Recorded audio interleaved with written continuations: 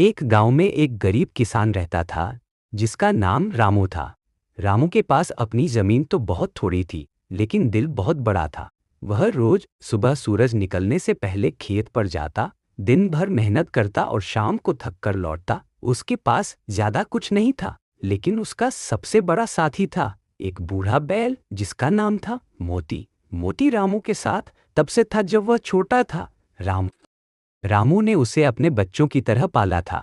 खेत जोतना हो या किसी शादी में जाना हो, मोती हमेशा उसके साथ होता। गांव वाले कहते थे कि रामू और मोती की दोस्ती देखकर लगता है जैसे दोनों एक दूसरे की भाषा समझते हों। जब रामू उदास होता, मोती चुपचाप उसके पास बैठ जाता। जब रामू खुश होता, मोती पूंछ हिलाकर उसके साथ झूमता। एक बार गांव में भयानक सूखा पड़ा। कई लोगों ने अपने जानवर बेच दिए क्योंकि उन्हें चारा नहीं मिल रहा था। रामू के पास भी खाने के लाले पड़ गए, लेकिन उसने मोती को बेचने का ख्याल तक नहीं किया। उसने खुद भूखा रहना मंजूर किया। जमोती को भूखा नहीं रहने दिया।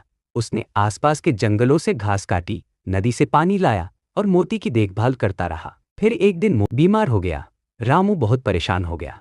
उसने गांव के वैद्य को बुलाया, दवाइयां दिलवाईं, लेकिन मोती की हालत बिगड़ती ही गई। रामू रात रात भर उसके पास बैठा रहता, उसके सिर पर हाथ फेरता, बातें करता।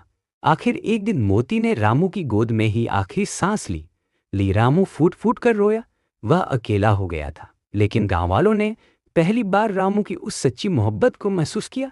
उसने एक जानवर से की थी। उन्होंने रामू की मदद की, चंदा इकट्ठा करके एक नया बछड़ा दिलवाया ताकि रामू को फिर से कोई साथी मिल सके।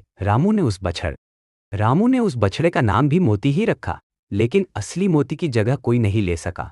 रामू ने सिखा दिया कि जानवर सिर्फ काम के लिए नहीं होते,